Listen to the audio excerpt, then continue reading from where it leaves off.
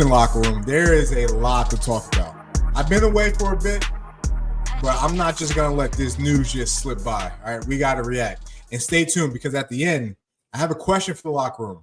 I want to see what you guys think.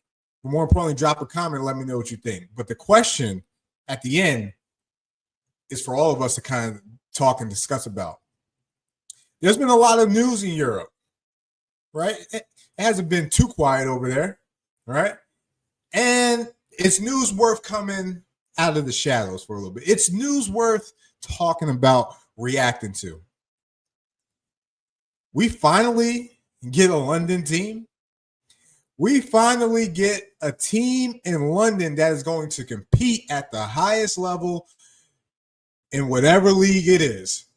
Let's talk about it. There's a lot to talk about, but let's talk about it. So we finally get a London team. It was announced, right? Dave Gandler sells a portion of Fubo TV, co-owner of Fubo TV, to Disney. He's got $147 million in his back pocket right now that he's chilling on. Right? That he's chilling. That's play money. He could run his own league if he wanted to, start his own league if he wanted to. But instead, he's taking on the challenge of creating, developing, welcoming the team in London that's yet to be named. All right. Finally, we get this team. It's been the most anticipated team, most wanted team since the Paris Musketeers have been announced, right? We've been looking for a London team in European football communities and the ELF community, and now what is the EFA? We'll dive into that later down the road. But this community, we've been wanting a team in London for the longest time. Granted, tons of obstacles and hurdles to overcome. But if anybody's going to do it, it's this guy, David Gandler, right? David Gandler, co-owner of Fubo TV, right? Still has a portion of it. I think he has 30%. 70% went to Disney, but he's chilling with 147 in his back pocket. I don't know what that translates, but for me, it's millions. For him, it's pounds. Either way, it's more than what I got. It's more than what I got. So let's talk about this London team, right? For one, they're going to challenge Germany for the best homegrowns. We all know the old adage, you're as good as your homegrowns. They're going to challenge Germany and Austria, right, for the best homegrowns. You think about UK players like Lewis Thomas, Chad Walwyn, obviously Glenn Tunga, Keanu Ebanks, right, Max Parkinson. There's a ton of international players in Europe who are going to be homegrowns for the London team if they choose to go to that team. So their foundation is already solid as heck, right? They have a group of guys not only been waiting but wanting. This is going to be the easiest recruiting process, to get players to play for the London team, right? It's instantly a destination, right? And people are going to want to take on this challenge, right, and be a part of history here. And this is why it's been one of the most anticipated teams, again, since the Paris Musketeers, since we've gotten a team in France, right? Now, will it work? Will it work? Let me reverse ask that question, or let me reverse answer that question. If it fails, it won't be because of the owner. It won't be because of David Gandler. There's not going to be a financial issue if it fails, right? If it fails, is because something happened that may have been out of league or ownership control in London in regards to like the challenges it brings. But if it fails, it's not going to be because of ownership, right? It's not going to be because he's not paying players. It's not going to be because they're in debt, right? He knows he's going through this and he's going to take a loss for a little bit before he starts seeing he's seeing the return on his investment. He's a businessman. He knows how this works, right? The guys are going to get paid. They're going to have some of the best facilities. They're going to have a great home field advantage. Not to mention, they're going to have a fan base that's been hungry, thirsty, striving to get something like this, right? London's going to make money. No question about it. London will make money, right? Now, who's leading the charge for London? We all know you need a quarterback in this game. I'll tell you who's not. Jadrian Clark, who signed with the Norwich Storm. I'll tell you who's not. Riley Big Cognac Henderson, who's retired. I'll tell you who's not, or maybe he is. Chad Jeffries, who just resigned with the new Austrian team. I don't see those guys being or coming to London with their current situations. So, who's on the hot board? I'll give you 3 names off the top of my head. All right. 1, Ben Holmes. Shaky in Vienna. We don't know if he's going to be back. We don't know if Ben Holmes is going to be back. Right. It's been more question this year than it was last year. All right.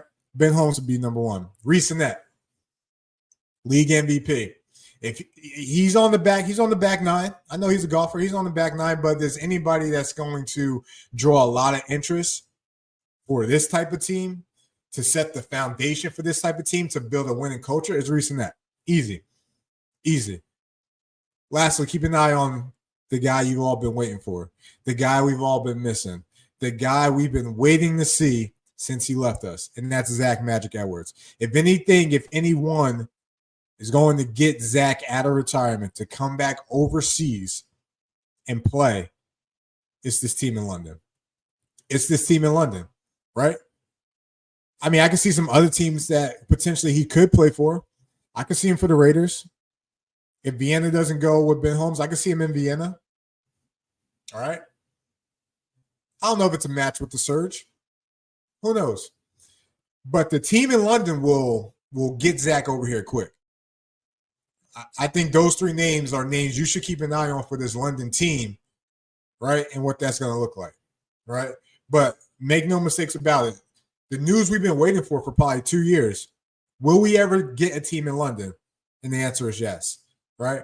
I'll draw a link in the subscription, but a couple of years ago, I had Matt Bresenton, my guy, before he became all big and famous on me. I had him on. We built the London team and what that could look like. He did another version on his page. Definitely go check those out, because he's gonna give you some names that are some strong possibilities, some easy candidates too. This is right in his wheelhouse. All right, the king of Bristol. This is what he was made for, to build this London team. If you're not involved with him, you're doing it wrong. All right, we are getting a team in London. Exciting news. However, there was some little entree, some little side dishes, right? Some first course news that came out. Milan has a team. Again, instantly skeptical. How would they increase attendance? Big issue, right? How are they going to get the best Italian players / homegrowns, right? How do you go win some of those back?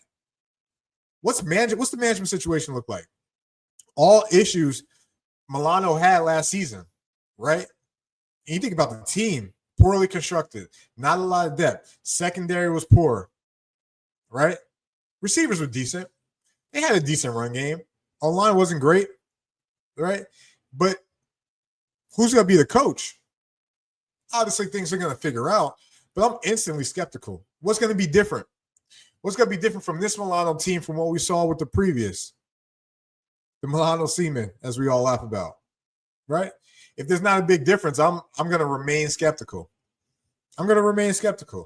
Right? You drop a comment. You guys let me know what you think. Am I tripping? Am I going crazy? Right? You guys let me know what you think. Another side dish, all right? Another first course meal. The Alpine Rams. How did this happen? Who let this happen? Listen, we have a phrase over here in America called putting lipstick on a pig. That's what this is right here. And listen, people are going to take that as disrespect. That's your issue, not mine. That's not made to be disrespectful towards the players, the community, the coaches over there, right? But what does ownership look like, right? Because I'll tell you what does ownership look like and who's going to be on the team? The country isn't big enough and doesn't have enough talent for 2. If Helvetic's still talking about being around, you still got Kalanda down in core. I don't know where Alpine's going to find these players, because there's not a lot of them. There's enough for one team. Done right, there's enough for one team. I don't know where you're going to find these players.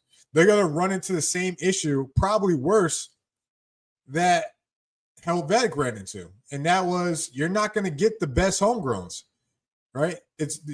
you're going to have a really young core. Some of the top vets are either washed up, retired, or just not interested, or owed money, right?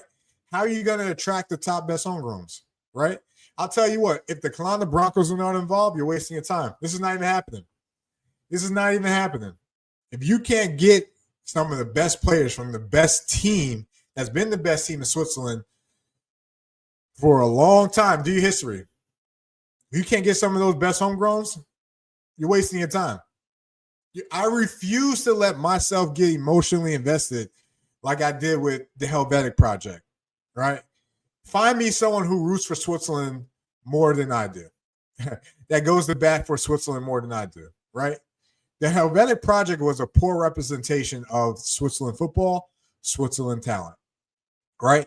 Yeah, we had solid guys. Tim Haney, John Falk, Man of the Year, one of the best linebackers in ELF history, homegrown linebackers in ELF history, right? You had Maceo Beer winning Defensive Player of the Year. We found Ken Hike Jr., right? Milano Spiller, Rookie of the Year. Like, there's been some good things to come out of the Helvetic Project, right? Heck, even the best win in Helvetic history against the Surge. That 2022 Surge, it was against a backup quarterback in Jan Wainwright, but they got the win. One of the best victories. But as a team, like you're talking about a team that had 3 different ownerships, 3 different head coaches, 2 head coaches who didn't really finish the season, right? One head coach who was checked out, didn't really want to coach, right? Never competed or beat Munich and the Raiders, right? Got swept by Barcelona. Let that sink in, all right? Had battles with Milan. Let that sink in, right?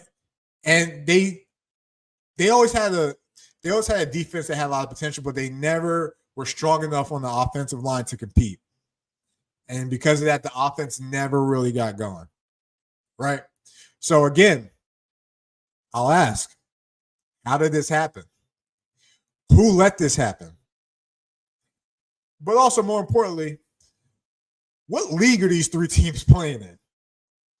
Let's talk about that. What the hell is going on in Europe right now? I'm gonna be honest. I'm someone who's usually tapped in. I don't know what's going on. I just been watching from afar, right?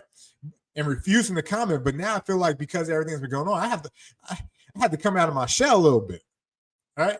Is it the ELF? Is it the EFA? Are they going against each other? I got ELF on their Instagram promoting now EFA teams who were supposedly leaving the ELF, right? Rumor has it EFA teams are not happy and leaving the EFA now, maybe starting their own league. Listen, I don't know anything about the EFA. There's been really no news besides that they got referees, besides that they allegedly have teams, and now those teams are leaving to go to other leagues. Who is in the EFA? Who's in the ELF? In my opinion, the top of European football right now is a mess. It's a mess. There's too many chefs in the kitchen. There's too many chefs. And it's a shame because the ELF had a good thing. They had a great foundation, right? They had a marketing plan. They had goals. They had goals that they were going to try to build on. Now, a lot of stuff got in the way. Greed, money, European politics, right? Not debt, right? Imagine next season we could be looking at the 16 teams we had last year plus a London team for excitement. I don't want to put Milan, I don't want to put Alpine in there because we saw that project before. We saw how that played out. Everyone's got to be skeptical until proven otherwise. But London, to bring the league up to close to 20 teams and another competitive team, man, 2026 would have been the most exciting offseason. Around this time, we're supposed to be seeing signings. Who's going where? Who's going where? Again, the foundation was built and the ELF fucked it up, right? Now we're being asked to start over again, right? To trust all over again, to believe all over again that this is going to work. Full transparency, I don't have a lot of interest in the league right now. I don't know what to trust. I don't know what I've seen, what I'm going to see, right? This is a This is the time where we start usually hearing things, and I'm not hearing nothing. Crickets. Crickets. So that leads me to my question for the locker room. How do we fix European football where we could get something close to a professional league and all parties, for the most part, can win? Can win. There's too many leagues right now going on, or too many wannabe leagues. I got the I got the ELF, I got the EFA, I got the CEFL in regards to international play. Sandro Platzgummer made a good point. If there's going to be 3 leagues, why not make it one big league and have those 3 as conferences? They all play each other. Someone hit the light bulb. That's easy, right? You would think that would be easy, right? Despite all the news and excitement, there's still a dark cloud. There's still a dark cloud hanging over European football, hanging over us, right? We've been asking for questions since we've been asking what's next ever since we heard about Asume. Really, what's next? Because people started leaving. We knew the league was going to be done. Parts of the league was sold. We're in November. We're still asking the same questions. So again, my question, locker room, drop a comment. Let me know what you think. How do we fix European football where we could get something close to a professional product, an international product, and everybody wins? Because at the end of the day, that's all we want. That's all we want. Athletes Fun Podcast, drop a comment. Let me know what you guys think. I'm heavily interested in regards to hearing what you guys have to say, and let's blow up the chat.